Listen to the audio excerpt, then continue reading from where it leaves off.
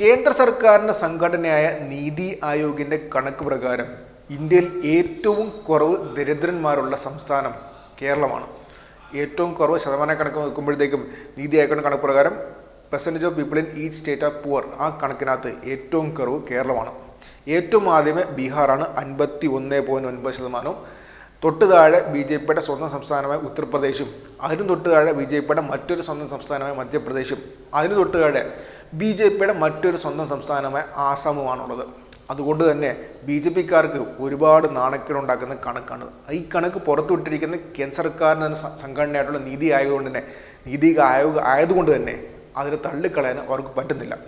അതിനുള്ള മറുപണിയായിട്ട്, അതിനുള്ള മറുവാദമായിട്ട് സംഘപരിവാറിൻ്റെ സംഘി നിരീക്ഷകരും സംഘി സാമ്പത്തിക ശാസ്ത്രജ്ഞന്മാരും രംഗത്തിറങ്ങിയിരിക്കുന്ന ഒരു വാദമുണ്ട്, പുറത്തിറക്കിയിരിക്കുന്ന ഒരു വാദമുണ്ട്. ആ വാദം എന്ന് വെച്ചാൽ നമ്മുടെ സംസ്ഥാനത്ത് കോടീശ്വരന്മാരുടെ എണ്ണം കുറവാണ്. എന്നുവെച്ചാൽ 31 കോടീശ്വരന്മാരെ നമ്മുടെ സംസ്ഥാനത്തുള്ളൂ. 100-ന് മുകളിൽ ബി ജെ പിയുടെ സ്വന്തം സംസ്ഥാനമായ ഗുജറാത്തിലുണ്ട് എന്ന് പറഞ്ഞാണ് അവരുടെ പുതിയ വാദം. എന്ന് വെച്ചാൽ നമ്മുടെ സംസ്ഥാനം കോടീശ്വരന്മാരെ ഉൽപ്പാദിപ്പിക്കുന്നില്ലെന്നാണ് അവർ തുടർച്ചയായിട്ട് വാദിച്ചുകൊണ്ടിരിക്കുന്നത്.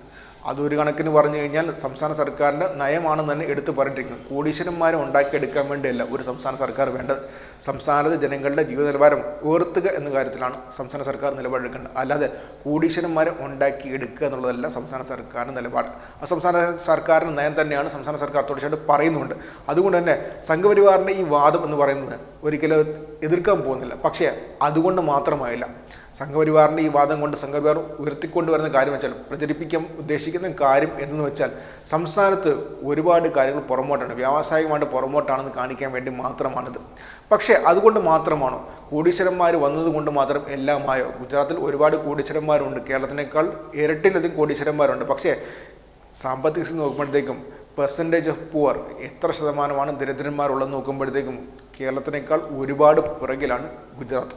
ഇതിനെല്ലാം കൂടി ക്രോഡീകരിച്ചുകൊണ്ട് ബ്ലോഗറായ നാസർ ഹുസൈൻ കിഴക്കേടത്ത് ഒരു കുറിപ്പ് എഴുതിയിട്ടുണ്ട് ഫേസ്ബുക്കിനകത്ത്. അത് വായിക്കേണ്ട കുറിപ്പാണ്. ഒരുപാട് പുതിയ വാക്കുകളെക്കുറിച്ചും ഒരുപാട് പുതിയ ഇൻഫർമേഷനും വിവരങ്ങളുമുള്ള ഒരു കുറിപ്പാണ് അദ്ദേഹം എഴുതിയിട്ടുള്ളത്.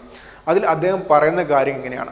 ചോദ്യം: കേരളത്തിൽ 31 കോടീശ്വരന്മാരാണുള്ളത്, ഗുജറാത്തിൽ 110. അങ്ങനെയാണെങ്കിൽ ഇതിൽ കൂടുതൽ സാമ്പത്തിക അഭിവൃദ്ധി പ്രാപിച്ച സംസ്ഥാനം ഏതായിരിക്കും? കൂടുതൽ ദരിദ്രരുള്ള സംസ്ഥാനം ഏതായിരിക്കും?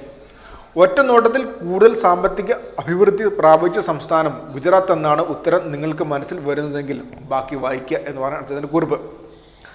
ഗുജറാത്തിലും കേരളത്തിലും ഏതാണ്ട് ഒരേ ശരാശരി ആളോഹരി വരുമാനമാണുള്ളത്, ഏതാണ്ട് 2,40,000 രൂപ. പക്ഷേ ഇതിനർത്ഥം കേരളത്തിലും ഗുജറാത്തിലുമുള്ള ഓരോരുത്തർക്കും ഇത്രയും രൂപ വാർഷിക വരുമാനം ഉണ്ടെന്നല്ല. പണക്കാർക്ക് പാവപ്പെട്ടവരെക്കാൾ കൂടുതൽ വരുമാനം ഉണ്ടാകും. ഇവ എല്ലാം കൂടി കണക്കാക്കിയാണ് ശരാശരി വരുമാനം കണക്കാക്കുന്നത്. കോടിക്കണക്കിന് പാവപ്പെട്ടവർക്ക് കുറഞ്ഞ കൂലി ലഭിക്കുന്ന ഒരു സംസ്ഥാനത്ത് 110 പേർക്ക് വളരെ അധികം സമ്പാദ്യമുണ്ടായാൽ അത് ശരാശരി വരുമാനത്തെ കൂടുതലായി കാണിക്കും. ഭൂരിഭാഗം ജനങ്ങളും നേടുന്നത് കുറഞ്ഞ വരുമാനമാണെങ്കിൽ കൂടി. ഗുജറാത്തിലെ 110 കോടീശ്വരന്മാരുടെ മൊത്തം സമ്പാദ്യം 10,31,500 കോടി രൂപയാണ്. ഇതാണ് അവരുടെ ശരാശരി വരുമാനത്തെ കൂടുതലാക്കി കാണിക്കുന്നത്. സ്റ്റാറ്റിസ്റ്റിക്സ് ക്ലാസ്സിൽ സ്റ്റാൻഡേർഡ് ഡീവിയേഷൻ പഠിച്ചവർക്ക് ഇത് പെട്ടെന്ന് മനസ്സിലാകും. സാമ്പത്തിക ശാസ്ത്രം പഠിപ്പിക്കുന്ന ക്ലാസ്സിൽ ജിനി ഇൻഡെക്സ് അല്ലെങ്കിൽ ജിനി കോഎഫിഷ്യന്റ് കൊണ്ടാണ് ഈ അസമത്വത്തെ അളക്കുന്നത്. പക്ഷേ സമ്പത്ത് കൂടുമ്പോൾ ജിനി ഇൻഡെക്സ് വർദ്ധിക്കുന്നത് കൊണ്ട് ഈ താരതമ്യത്തിൽ ഇത് ഉപയോഗിക്കാൻ പറ്റത്തില്ല.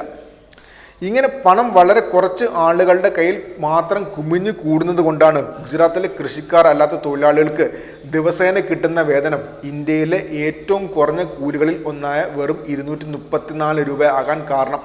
കേരളത്തിൽ അത് 670 രൂപയാണ്.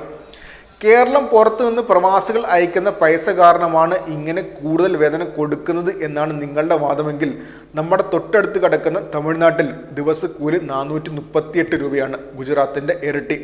നിങ്ങൾ ഒരു കോടീശ്വരനാണെങ്കിൽ ഗുജറാത്ത് നല്ല സ്ഥലമാണ്, സാധാരണക്കാരനാണെങ്കിൽ കേരളവും.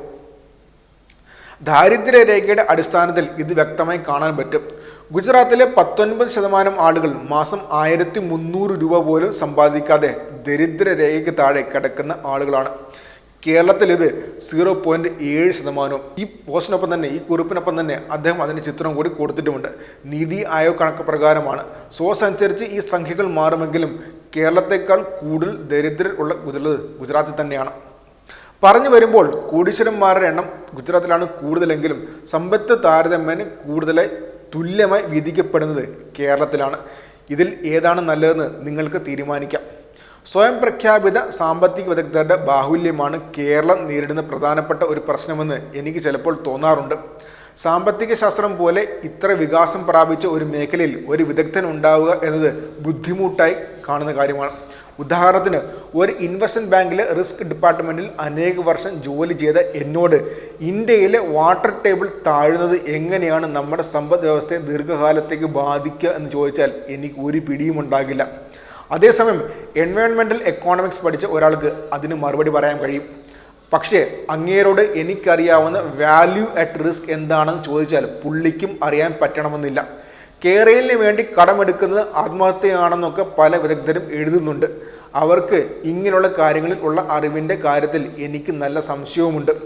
ഒരു വീടിന് ലോൺ എടുക്കുന്ന പോലെയാണ് സർക്കാരുകളുടെ വികസന പ്രവർത്തനങ്ങളുടെ കടങ്ങൾ പ്രവർത്തിക്കുന്നതെന്ന് കരുതുന്നവരാണ് കൂടുതലും.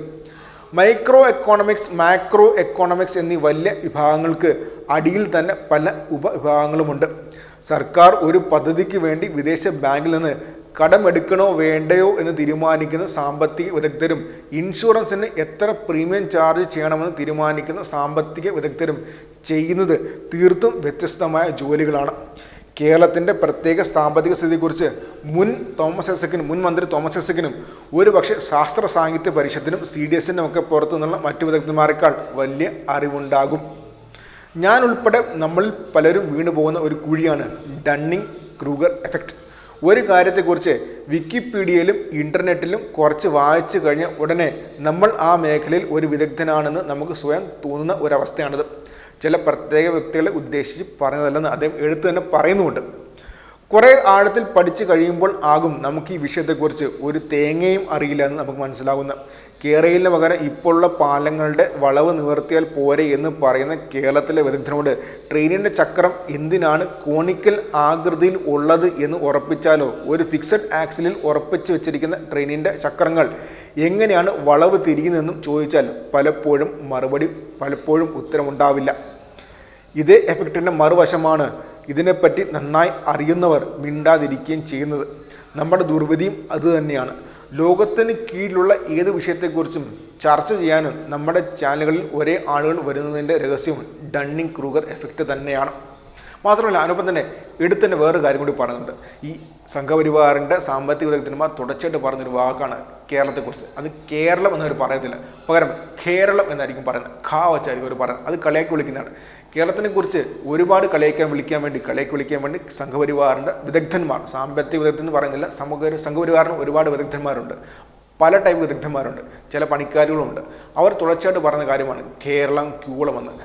അവർക്കുള്ള ഒരു മറുപടി കൂടി ഈ കുറിപ്പിനകത്ത് അദ്ദേഹം എടുത്തു തന്നെ പറയുന്നുണ്ട്. അതിങ്ങനെയാണ്: കേരളത്തെ കേരളം എന്ന് വിളിച്ച് കളിയാക്കുന്നവർ പൊട്ടൻഷ്യൽ സംഖ്യകളാണെന്നാണ് എൻ്റെ തോന്നൽ. സംഖ്യകളാണ് കേന്ദ്രത്തിന് വേണ്ടി കേരളത്തെ കളിയാക്കുന്നവർ. ബാക്കി എല്ലാവർക്കും കേരളത്തിൻ്റെ ഇന്നത്തെ പുരോഗതിക്ക് അവകാശമുള്ളവരാണ്. ഇടതുപക്ഷ സർക്കാരിനെ വിമർശിക്കാൻ കേരളത്തിൻ്റെ ഇതുവരെയുള്ള നേട്ടങ്ങളെ കേരളമെന്ന് വിളിച്ച് എകഴ്ത്തിച്ച് കാണിക്കേണ്ട ഒരു കാര്യവുമില്ല. കേരളം സ്വർഗമൊന്നുമല്ല. പക്ഷേ ഇങ്ങനെ കളിയാക്കാൻ മാത്രം മോശം ജനതയല്ല നമ്മൾ. പല കോൺഗ്രസ്സുകാരും ഇങ്ങനെ ഉള്ളവരുടെ കൂടെ കൂടുമ്പോൾ അത് കാണുമ്പോൾ സങ്കടം തോന്നുന്നുണ്ട് എന്ന് പറയാണ് അതിന് കുറിപ്പ് അവസാനിക്കുന്നത്. മാത്രമല്ല, ഇപ്പോഴത്തെ സാമ്പത്തിക സ്ഥിതിക്കകത്ത് കോടീശ്വരൻ എന്ന് പറയുന്നത് വെറും വാക്കാണെന്നും കോടീശ്വരൻ എന്ന് പറയാൻ പറ്റത്തില്ലെന്നും ശതകോടീശ്വരൻ എന്ന് മാത്രം പറയണമെന്നും പറഞ്ഞാണ് അതിന് കുറിപ്പ് അവസാനിക്കുന്നത്. അദ്ദേഹം പറഞ്ഞ പ്രധാനപ്പെട്ട കാര്യമുണ്ട്. 100 പേരുടെ കയ്യിൽ സമ്പത്തെല്ലാം കുമിഞ്ഞു കൂടിയിട്ട് ഒരു കാര്യമില്ല, ജനങ്ങളുടെ എല്ലാവരുടെയും കയ്യിലും എത്തണം. അത് എടുത്തു തന്നെ പറയുന്നുണ്ട്. എന്ന് വെച്ചാൽ കേരളത്തിനേക്കാൾ ജനസംഖ്യ കൂടിയിട്ടുള്ള സംസ്ഥാനമായ ഗുജറാത്തിന് കേരളത്തിന് അത്ര തന്നെ ആവറേജ് ഇൻകമേ ഉള്ളൂ. അത് പറയുന്ന പ്രധാനപ്പെട്ട കാര്യം വെച്ചാൽ 110 പേരിലേക്ക് സംസ്ഥാനത്തിൻ്റെ പ്രധാനപ്പെട്ട ഇൻകം കുമിഞ്ഞു കൂടിയിരിക്കുകയാണ്. പക്ഷേ നമ്മുടെ സംസ്ഥാനത്ത് അങ്ങനെയല്ല. മാത്രമല്ല, നമ്മുടെ സംസ്ഥാനത്ത് 670 രൂപയാണ് മിനിമം കൂലി. ഗുജറാത്തിൽ അത് വെറും 234 രൂപ മാത്രമാണ്. അത് നമ്മുടെ സംസ്ഥാനത്തിൻ്റെ വികസസ്ഥിതിയാണ് ചൂണ്ടിക്കാണിക്കുന്നത്. മികച്ച കൂലിയുള്ളത് മികച്ച സ്ഥിതിയാണ് ചൂണ്ടിക്കാണിക്കുന്നത്. അതുകൊണ്ട് തന്നെ ഗുജറാത്തുമായിട്ട് ഒരു താരതമ്യം പറ്റത്തില്ലെന്നും അദ്ദേഹം എടുത്തു തന്നെ പറയുന്നുമുണ്ട്.